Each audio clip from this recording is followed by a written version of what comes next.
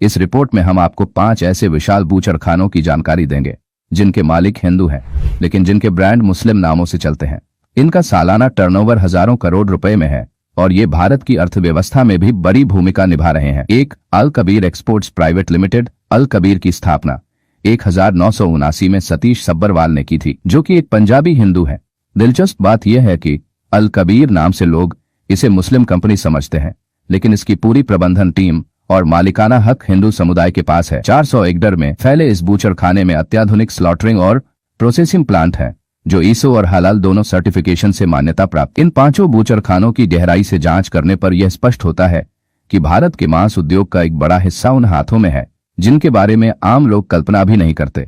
हिंदू मालिकों के नामों के पीछे मुस्लिम ब्रांडिंग को इस व्यवसाय में रणनीतिक रूप से इस्तेमाल किया गया है ताकि अरब देशों में भरोसे के साथ एक्सपोर्ट हो सके। धर्म के नाम पर व्यवसाय को आंकना एक बड़ी भूल हो सकती है। मांस उद्योग एक विशाल बाजार है जहां लाभ और लॉजिस्टिक्स प्राथमिक होते हैं।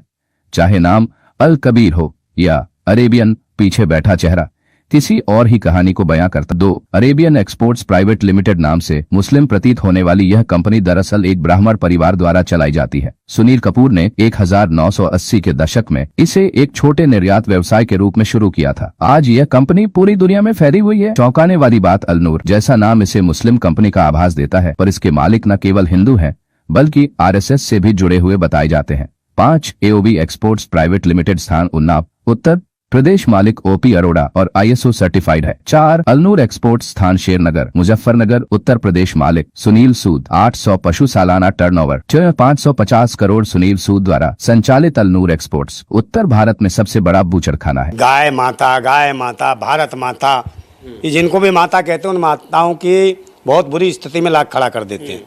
गाय कोई माता नहीं, गाय एक पशु है, जानवर है। और मैं बार बार कह चुका हूँ कि इस पशु को राष्ट्रीय पशु का दर्जा दे दो, ये कलेश खत्म हो, मगर ये नहीं देंगे। इनकी सरकार है केंद्र में, भारतीय जनता पार्टी की सरकार है, तो इन दूसरे लोगों को तंग क्यों किया जा रहा है? मुस्लिमों को तंग क्यों किया जा रहा है? नरेंद्र मोदी के पुतले फूके, अमित शाह के पुतले फूके, कहें राष्ट्रीय पशु का दर्जा घोषित करो इसको। भाई हिंदुत्व की सरकार है, केंद्र में बैठी है। आप इनको मार मार के मुस्लिमों को या मस्जिदों में आग लगाने से या इनको दोषी बताने से आपकी गाय माता हो जाएगी? गाय कोई माता नहीं है, पशु है, एक जानवर है, समझे नहीं? कोई आस्था नहीं है। अरे कोई आस्था नहीं, जैसे तो नहीं भाई आस्था के नाम पे आप इसकी आप भाई इंक्वायरी करें ना। ये पाखंडी इतने गौरक्षक बने फिरते हैं, इंक्वायरी करें कि गोकशी की जो दुकानें हैं किसने चला रखी हैं, किसकी बीप कंपनियां हैं, सारे कोई मुसलमान नहीं है उनमें से। वहां पर ध्यान दें आके, उन्हें मारे सालों को पकड़ पकड़ के जिन्होंने ये कंपनियां बना रखी हैं। फटती है क्या उनसे गौरक्षकों? उन्हें मारो सालों को, उन्हें मारने में फटती है क्या? नरेंद्र मोदी के पुतले फूको। गाय माता, तुम्हारी गाय माता को राष्ट्रीय पशु का दर्जा नहीं दे रहा केंद्र में होते हुए सरकार। एक कलम चलाने की जरूरत है नरेंद्र मोदी की, समझे?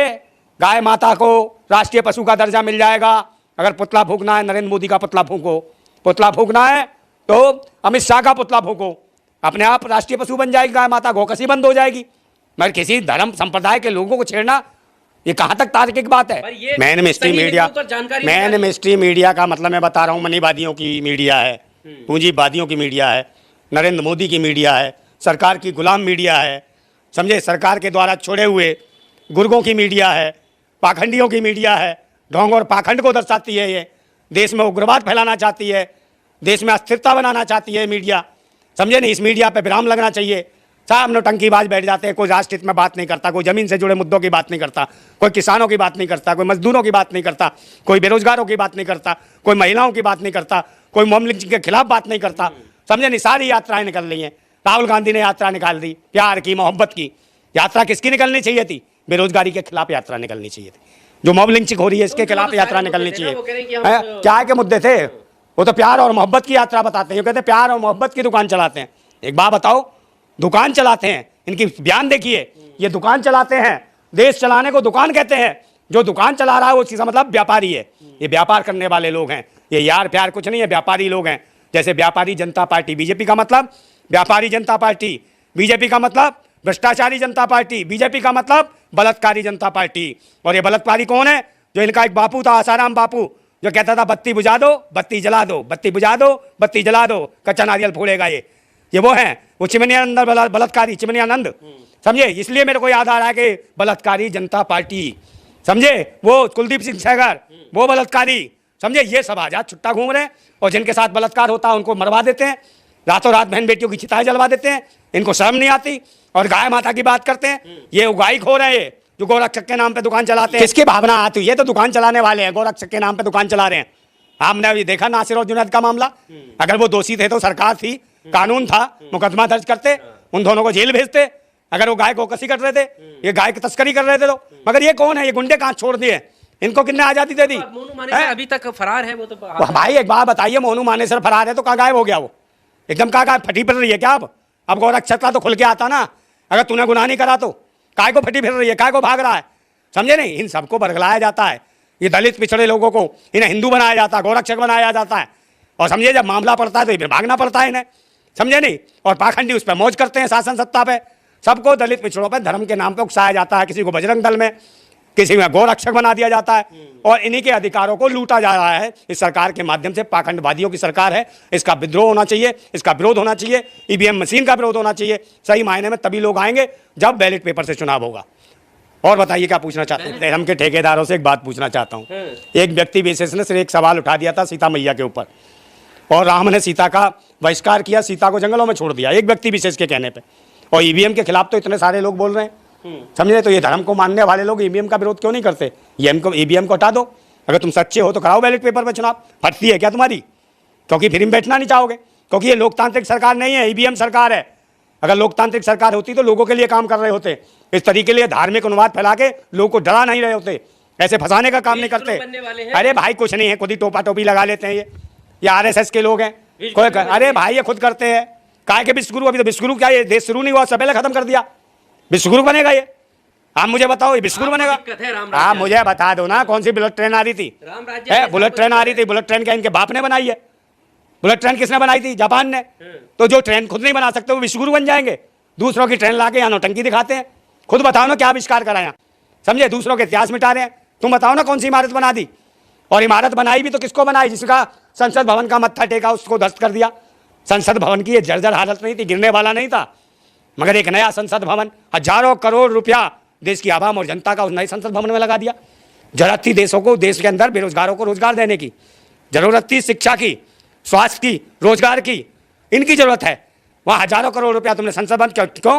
क्योंकि वहाँ तख्ती लग जाए नरेंद्र मोदी की, कि नरेंद्र मोदी ये लगा के गए, शायद संविधान खत्म करना चाहते हैं। राम राज्य में कहीं गाड़ी घोड़ा होते थे ना?